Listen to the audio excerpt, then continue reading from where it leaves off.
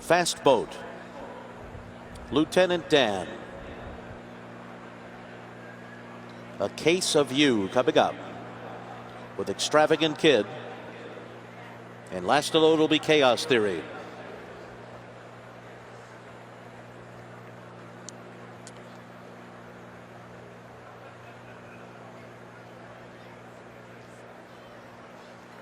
Chaos Theory goes in. They're all in line. They're off in the Breeders' Cup Turf Sprint. Golden Powell broke like a rocket.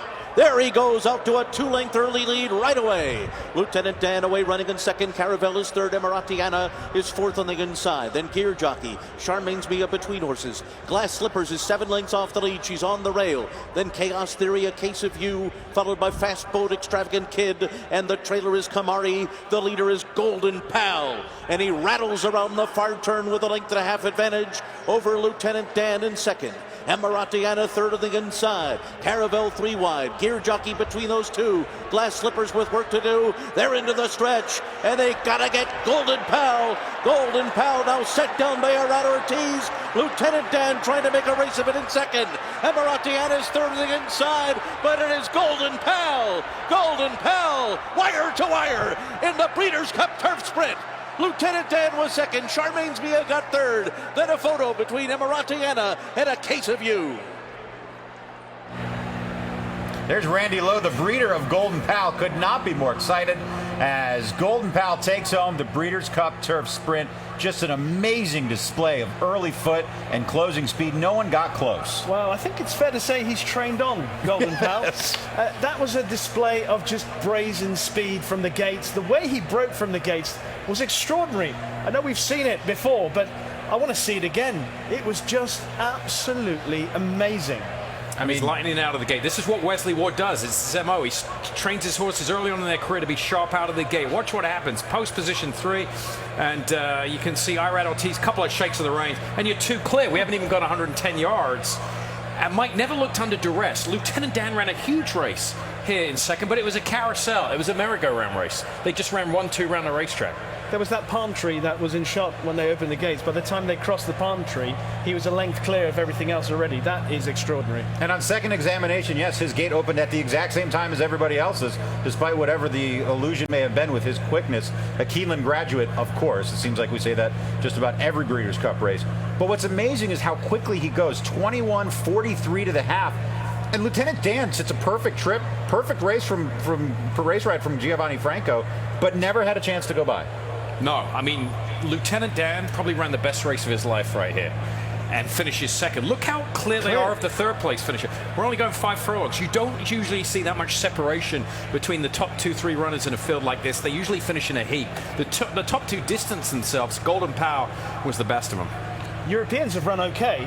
Emiratiana had a lovely trip down on the inside rail. I think might have finished in 4th. And down on the inside, A Case of You made up a lot of ground late on. Glass Slippers, last year's winner, just going past. She couldn't cope with this particular speed test.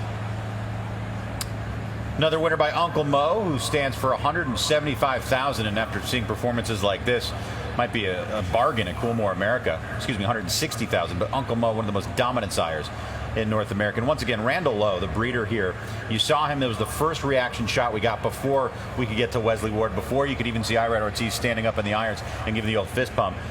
It is the Breeders' Cup. Cheers to the breeder, Randall Lowe. Yeah, I mean, a great job here. I mean, the filly, top and bottom, her pedigree. If you remember the dam, Lady Shipman. Oh, yeah. She finished second in the Breeders' Cup Turf Sprint with this exact rider on, Irad Ortiz, back in 2015 at Keeneland. So it comes full circle here. And, yeah, I mean, the pedigree to be a fast one, and it's played out that way. I mean, what this colt did to the field out of the gate was almost vulgar. It was just unbelievable. I remember that as a 2-year-old, Wesley Ward had mooted that he would come to take on Batash, who's the best sprinter that we've had in the UK for the last decade, probably the last 5 or 6 years. And he didn't turn up, and I thought he would have been a good contender against Batash in the Nunthorpe. Then when he turned up for the Nunthorpe this year, I thought, well, here we go. At last, Golden Pal's going to show us what he can do on the straight, 5 furlongs at York, and he never really showed up. But Wesley Ward was confident going into the race. Yep. But he never showed up like he can. We caught up with Wesley a couple of weeks ago at Keeneland. and he was mystified why that horse didn't run well on the North Foot. He thought he was going there with an absolute slam dunk chance, and he didn't run his race. There was no excuse, you know. He didn't run second, beaten a half a length. Sometimes when horses run too bad to be true, it's okay. You'd rather that than finish second, beaten a half a length with no excuses. He didn't know what the excuse was, but he knew he'd rebound. He did, coming into this with that win in the Woodford. No, he was very forthright about that too. And Wesley has been good in interviews. When he doesn't know, he'll just say, I don't know. I don't know what happened here. I mean, he's proven on the racetrack he knows more about these horses than most, and especially with turf sprinters. But just what a brilliant job, not only of training, but of managing Golden Pal in this campaign to get the best race on the biggest day. I'm now still thinking about the start again. I want to see it over and over again. I think tonight when I get